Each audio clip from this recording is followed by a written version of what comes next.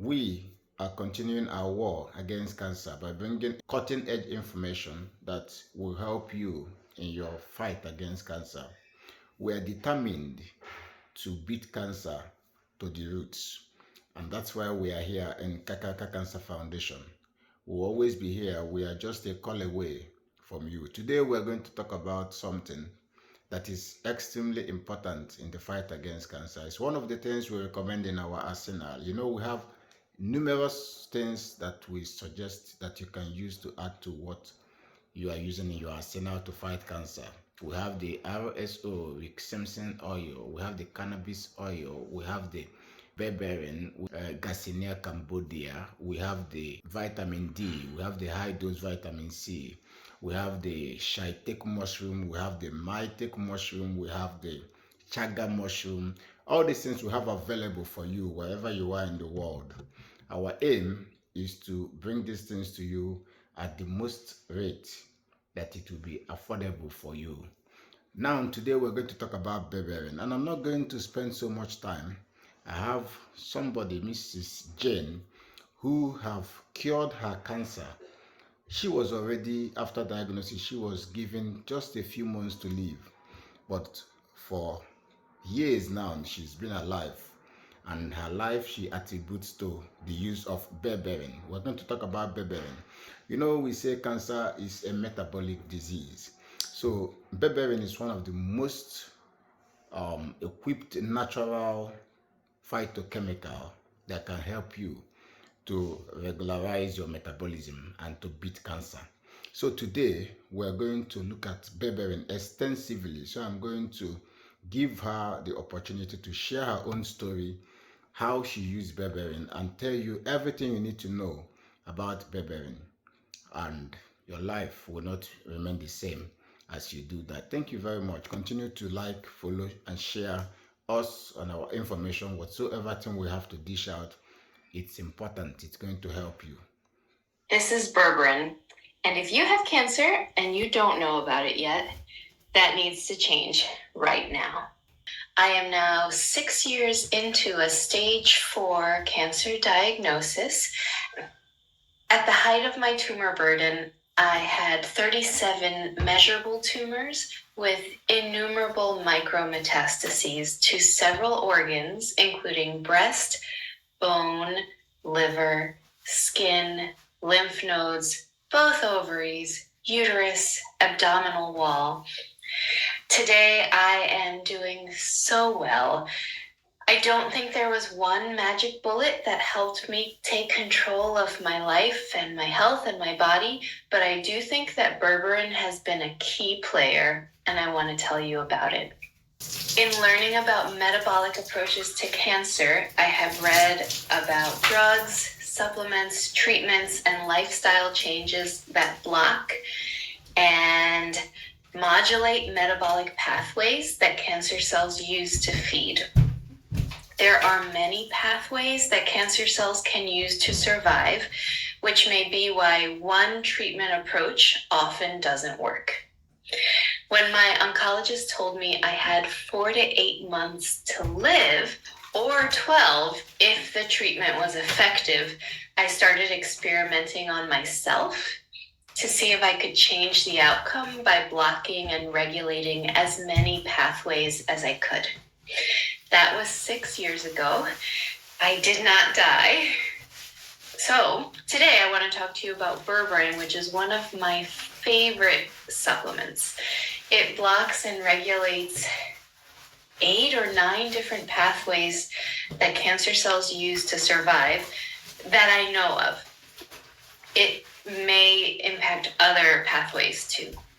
So what is berberine? It is a bright yellow compound found in plants like golden seal and barberry. It's been used in traditional Chinese and Ayurvedic medicine for centuries. It's now gaining scientific attention for its potent anti-cancer effects.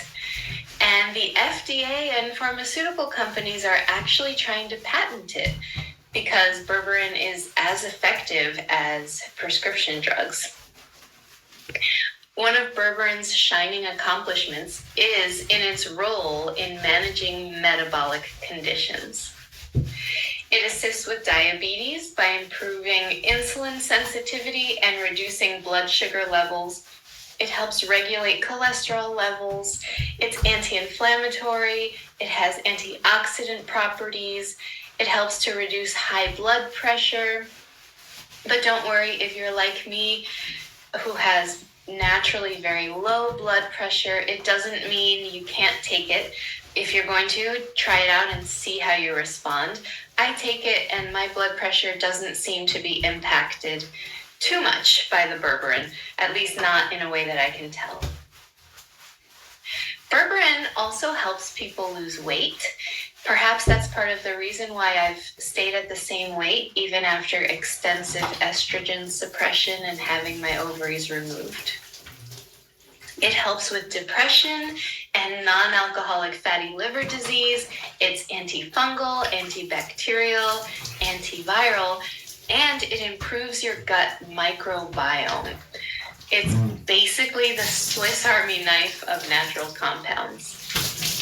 I've honestly not come across another supplement that has such a broad range of health benefits. Okay, that's wonderful, but we want to know what it does in cancer. The studies that I've seen, and this is by no means comprehensive, is that it's effective in breast, colorectal, liver, lung, gastric, and prostate cancers. If the cancer you're dealing with was not one of the ones I just mentioned, just do a quick Google search with the word berberine in quotation marks and the type of cancer you're looking for in quotation marks also, and then see what research studies come up. But please do me a favor and dig past the generic information and the misinformation to actual research studies. If you don't find any hard research, I still think that with all the benefits that berberine has to offer, it's an awesome tool to have in your arsenal. If you'd like to take a deeper look, keep watching this video. I'll break things down as I understand them. But if this is just too complex for you and you just want an overview of the benefits of berberine and the side effects, here's the short description. And by the way, I'm not a doctor and this is not medical advice. Cancer cells are notoriously energy hungry and they require a constant supply of energy to continue their growth and multiplication. And unlike normal cells, they can't handle as much stress because they require so much energy to survive. Berberine disrupts the cancer cell's ability to get the energy they need in multiple different ways. That's the simplest way to summarize it. I've been taking berberine on and off for several years now.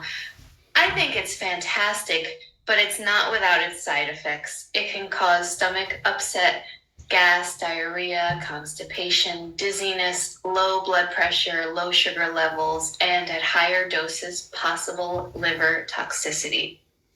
To me, the side effects of berberine are way more tolerable than the side effects of conventional cancer treatments. And to me, the benefits outweigh the risks. If you would like to support me, please consider purchasing the berberine from the link below. It won't cost you any extra, and it'll let me know that you value these videos and that I should make more. Thanks so much. Now, if you would like to get more into some of the science of berberine, here we go. I found evidence that berberine disrupts the following pathways that cancer cells use to feed: OXPHOS, AMPK, mTOR, glycolysis, NFKB, PI3K, and PP. Seeing that berberine can modulate so many pathways got me so excited. I love Jane McClellan's work. In her book and course, she talks about all the different pathways that cancer cells use to feed and grow, and how you can block as many of them as possible in order to starve the cancer cells before killing them. One of the challenging parts about blocking all the pathways, and you do want to block as many of them as possible at the same time, or else the cancer cells can start using another pathway. One of the challenges is that it's nearly impossible for me to take that many drugs and supplements every day without vomiting. It can easily be 200 pills a day. That's difficult for me and expensive. So when I learned about berberine and how it modulates so many of the main pathways, I knew I had to have it as part of my protocol. Jane also says that it's one of the strongest drugs in her protocol. In fact, berberine seems to cover more pathways than any other substance I've come across so far. So let's dig into each of these pathways. The first is OXPHOS, which stands for oxidative phosphorylation. Think of OXPHOS as a cellular power plant. Sometimes this plant can produce harmful waste, free radicals, which can damage cells and lead to diseases like cancer.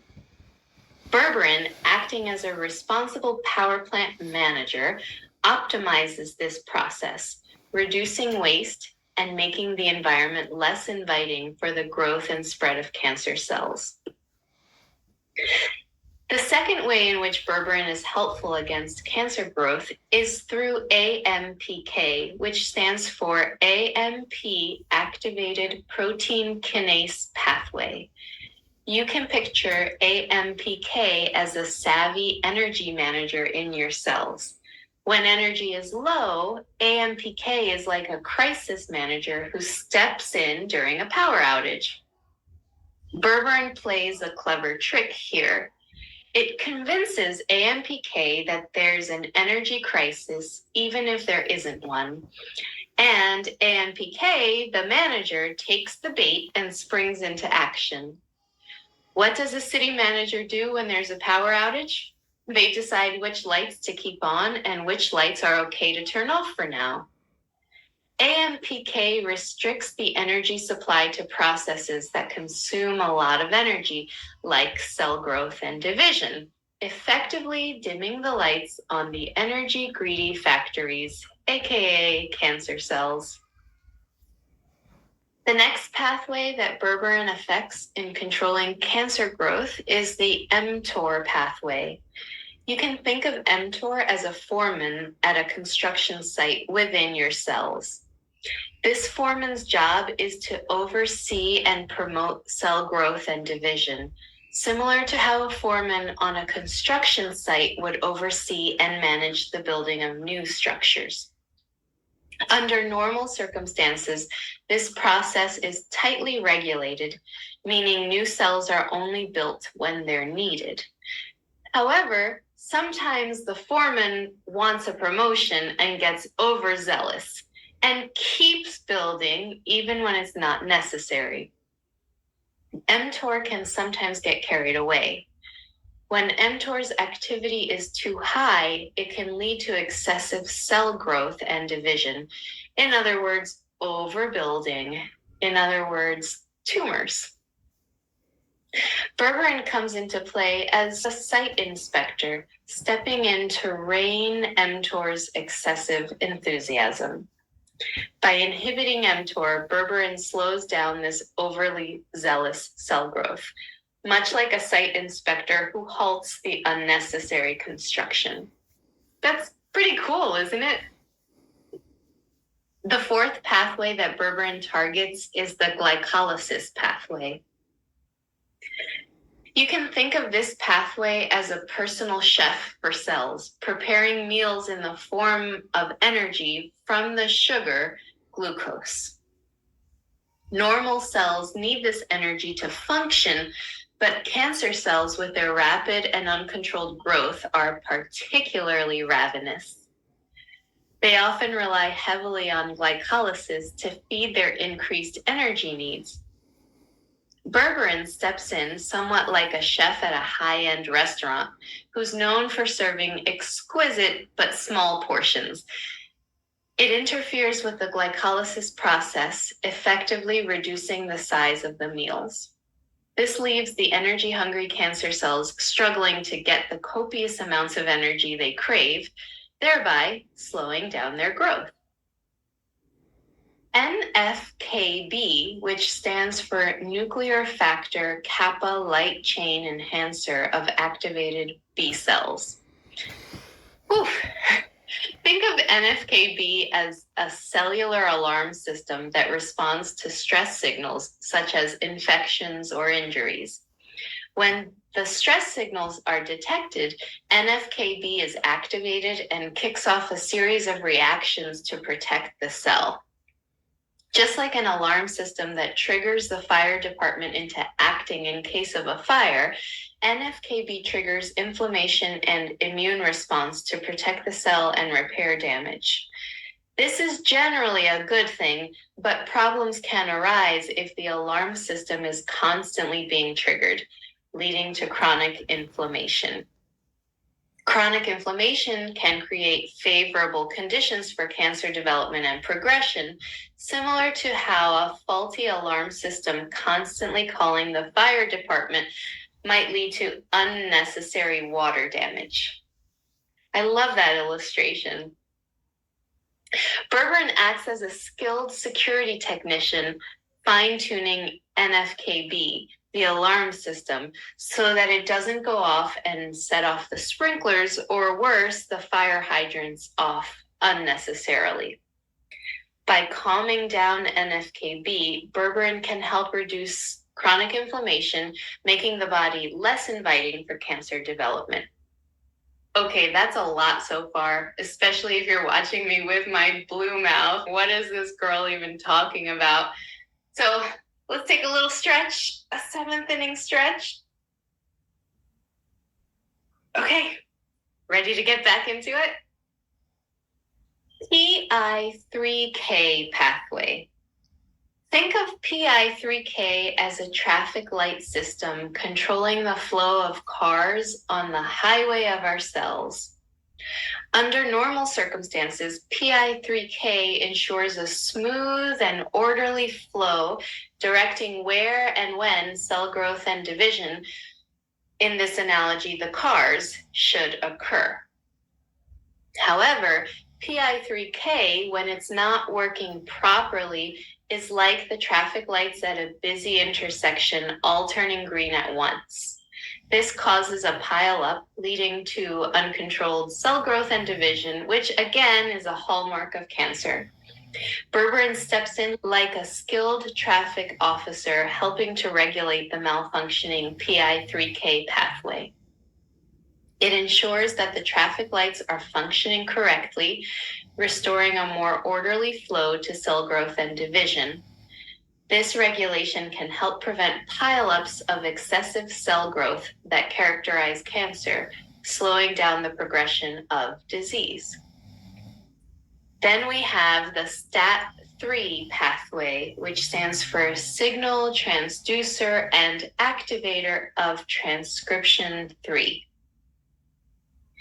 Imagine your body as a city that's become overcrowded because some houses are throwing nonstop ragers, parties, which is like overactivation in the cells, encouraging this rapid growth. Now we have a neighborhood that's only supposed to hold 100 people, but all these parties means that it's holding 1,000 people. Berberine acts like a neighborhood watch officer who stops these constant parties by inhibiting STAT3 activation. It enforces quiet hours by reducing STAT3 activity. And the officer, Berberine, helps prevent the house's cells from multiplying out of control, thus slowing down or stopping the overcrowding, cancer growth. And the last pathway pathway that I have found that berberine helps to control is the PPP pathway, the pentose phosphate pathway. Consider a large family where the parents, which are the body's control mechanisms, have the responsibility of distributing food equally among all their children, the cells. The family kitchen is the PP. That's where the food is prepared, and from there, it's meant to be equally shared to ensure that all children are well nourished. However, a few of the siblings, the cancer cells, have developed a sneaky habit. They're going into the kitchen late at night and eating much more than their fair share of food. This causes an imbalance in the family as other children start to feel hungrier, aka the normal cells getting less energy and resources. The sneaky siblings also begin to grow much larger and stronger than the others due to the excessive nourishment. Berberine acts as a vigilante aunt who's staying with the family. She recognizes what's happening and steps in to restore fairness. She doesn't stop food preparation altogether, which would starve everyone, but instead sets new rules about when and how much each child can eat. She also starts keeping a closer eye on the kitchen at night, limiting the sneaky siblings' ability to hoard food. This way, berberine helps to ensure that the food is distributed more equally among all the children, preventing the sneaky siblings from hoarding all the nutrients and restoring balance and fairness in the family, effectively slowing down the rapid growth of cancer cells and allowing the rest of the family to flourish. I thought that was the end of the research. But then I also found research that showed berberine modulates the BCL2 BAX signaling pathway, which helps to promote cell death, which is what we want in a cancer situation, and maybe a key reason why berberine has anti-tumor effects. But I just couldn't research anymore. I've spent like 100 hours on this video now. And at some point, I just want to put this information out here for you so you can take it and expand on it with your own research. Okay, I've told you all of this cool stuff about berberine, and you're probably ready to start taking it. But before you do, please let me tell you about the potential pitfalls. It's important to note that the optimal dose of berberine for cancer treatment has not been identified, and there is some evidence to suggest that it acts differently at different doses. So it's dose dependent, but I was not able to get a clear answer at what the right dose might be. I take 500 milligrams at the beginning of every meal, not before the meal because I get nauseous easily. So I take it right as I take my first bite of food. And I notice that when I take it diligently, right as I eat every single meal, that's too much for me. I get uncomfortable gas. So when that happens, I just cut back. I just have it when I'm having bigger meals. This is not scientific or doctor recommended. It's just one way in which I listen to my body. Cancer cells, especially once they've metastasized, can learn to adapt in order to survive even in harsh environments where you're blocking some key pathways.